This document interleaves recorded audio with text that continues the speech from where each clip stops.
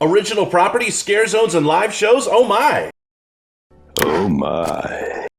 Hey there, hi there, ho there, Andrew here with some info and insights to Halloween Horror Nights number 26's original properties, scare zones, and live shows. This one's going to be a long video. Now, before I begin, I want to thank everybody that's been watching the videos and for those that have been subscribing to the channel as well. I mean, I really do love this event, and I do love working for Universal Studios as well. I'm basically a fan of the horror genre, would love to be in a horror movie one day, and who knows, one day I might be a horror icon. Now, if you don't know what an original property is, well, how about this? Side note, an original property is a concept, story, characters, and more that HHN has created on their own and does not need to get permission from anybody else to use. So here are all the details of the 3 terrifying houses, the 5 killer scare zones, and the 2 outrageous live shows. First, let's go to the original property houses, and we'll start off with Ghost Town, The Curse of Lightning Gulch. Lightning Gulch is a small little western town that was populated by citizens looking for gold, but unfortunately, they did not find gold. They found something a lot worse. Now, when you hear the thunder boom and see the lightning flash, but not in that order because science,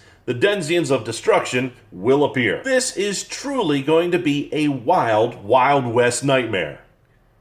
Even worse than that. Expect to see the remains of the townsfolk in the same position that they died, which would give any forensics team a field day. And also expect to see a certain hidden nod to a certain movie that took place in the Wild West. That is, if your eyes aren't closed when you walk through. Next on the list is the Tomb of Ancients. Once again, no secret here, the people that work at Universal Creative are history buffs and love to base properties of stories on ancient lore. Now, with the Tomb of the Ancients, an ancient evil. How many times am I going to say ancient? Where was I? So, these immortal beings that are known as the Ancient Ones, God, Amit! Woo, I'm sorry, I shouldn't have said God. Amit is actually a demon, and sometimes known as the Devourer of the Dead. But I'm actually getting ahead of myself here. So, a certain ancient... Is there another word for ancient? Primeval, thank you. A certain primeval evil, well, that wasn't any better. Anyways, these makers of chaos are going to be unearthed, and now they are going to try to rule mankind, and the whole world is going to have to pay. Things to expect in this house are some pretty tight corridors, so you might feel a little claustrophobic in this house. No, not quite that way. But also be on the lookout for a female demon named Amit, also known as a mutt, depending on who you talk to online. And she's got a crocodile's face, a lion's mane, some front paws of a lion, I believe, as well. Basically, she's there to bind anybody and everybody into eternal darkness. The last of the original properties houses is called Lunatics Playground 3D. You won't stand a chance. Now, normally we don't get a house that is a direct sequel house like we got with Halloween Hell Comes to Haddonfield, but this year we got 2. With Lunatics Playground 3D, it takes place after the events of last year's Halloween Horror Nights. So wait a minute. We are having a house in an event that takes place after the event prior. Whoa. That's so meta. Some things to expect about this house is that Chance was incarcerated at Shadybrook Asylum after the events of last year's Carnage returns, and she has escaped with some of her band of misfits. Expect the music to set the pace of this house. You are going to hear 2 particular sounds that are important, and one of them is a music box that will play. And during that time, you will be witnessing what Chance sees in her own mind. Then when you hear the klaxon alarm blare, you are going to be witnessing the brutal reality of what actually happened. That storytelling completely ties in with the advertising campaign that we have been seeing of Chance with green makeup and red eye makeup. And if you look at the TV spot there where Chance sees all the icons of Universal's Halloween Horror Nights all at once, and she starts to scream, she's wearing green makeup, which means it's all in her head. And that proves that Universal doesn't just make boo houses. They are in-depth stories with character.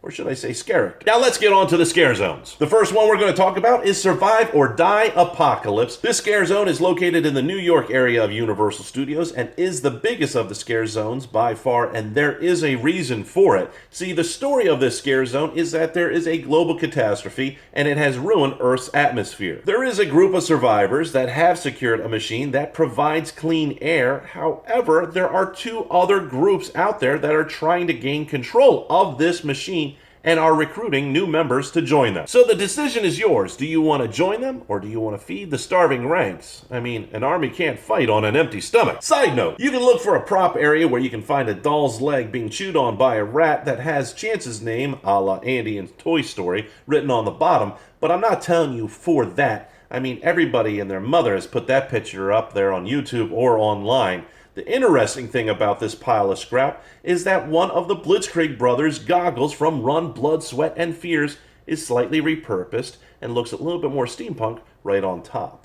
So, the legend lives on. The next on the list is Lair of the Banshees, and this is given more of a traditional Celtic Halloween feel, and it is located in Central Park. Mother Nature's protective barrier has apparently been torn away, and now we have to deal with the evil spirits and the horrific creatures that have come from this eerie graves entrance. There are a lot of hidden spaces here, so expect some pretty good scares in this zone, and I'm hoping we get a chance to see, or maybe I should say not see, some environmental scares as well. Next on the list is Dead Man's Wharf, and once again, Universal Creative takes the time to research history, to build stories, and a mythos to their scare zones, not just their houses, and this is the story of the fishing vessel known as Annabel Lee. Side note, now this vessel has never existed in real life, but the name of the ship is based off of the Edgar Allan Poe's poem called Annabel Lee, and if you haven't read Poe's work, take some time to do it.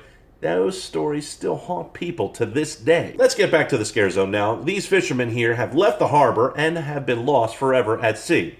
Maybe forever is not the right word. I mean, they have come back now and returned to the harbor that was once named Fisherman's Wharf and memorial to these lost sailors. Now it's called Dead Man's Wharf, and they seem to be a little bitter. But being out at sea that long, that could probably do that to you. Something to expect in this scare zone is some really great effects with fog and lighting. This area is going to have this creepy, ethereal glow and feel to it. Next on the scare zone list is Vamp 1955. And if you're planning on grabbing a bite to eat over at Mel's Drive-In during your stay at Halloween Horror Nights, things might get a little bit busy. You see, you're going to bump into Hollywood High School's 1955 homecoming parade, and things are running pretty smoothly. That is, until a group of greasers show up for a bite to eat of their own. The problem with this is they are vampires.